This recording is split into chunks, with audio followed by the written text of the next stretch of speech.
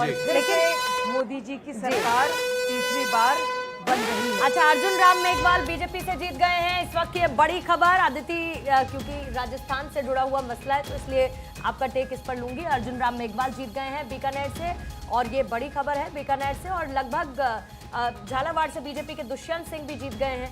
तो यहाँ कहीं कहीं से तो बीजेपी के लिए बहुत अच्छी खबरें। ये दो ऐसी सीटें थी जो आंख बंद करके थी और कभी इन पे चर्चा भी नहीं हुई। इसलिए नहीं हुई क्योंकि पता था कि दोनों जीतेगा। सबसे बड़ी बात है, अर्जुन राम मेघवाल बड़ा चेहरा, केंद्र में कानून मंत्री रहे, डिसिप्लिन, डेकोरम और जिसे बोलते हैं कि साइलेंट सोल्जर नरेंद्र मोदी के थे। वही आप देखिए, जब वो वहां जाते थे अपने बीकानेर तो वो अपनी धोती कुर्ते में रहते हैं।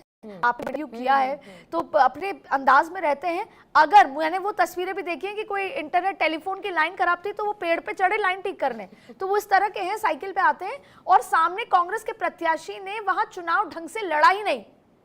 और ये कांग्रेस के लोग भी जानते हैं और कह रहे थे कि अगर उन्होंने अच्छे से चुनाव लड़ा होता तो बात अलग होती। दूसरा दुष्यंत सिंह, ये ऐसी सीट थी जो आंख बंद करके, वसुंधरा राजे के बेटे हैं ये, झालावाड़ में दबदबा है वसुंधरा राजे का। लेकिन एक खास बात है, वसुंधरा राजे इस बार 25 सीटों में अगर किसी एक सीट पे गई है तो वो अपने बेटे की सीट पे गई है, उसके अलावा वो निकली नहीं। उसके अलावा या तो धौलपुर रहती थी।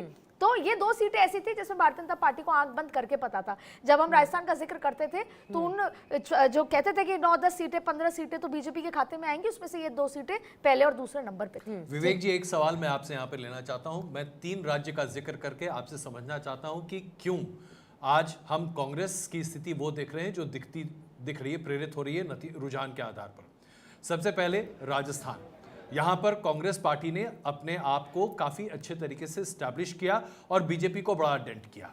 लेकिन जब आप कर्नाटक की बात करते हैं तो वहाँ पर राज्य की सरकार आपकी, वहाँ पर प्रज्वल रेवन्नन का मसला 14 सीटों के मतदान के ठीक पहले आता है जो कि आपके फेवर में।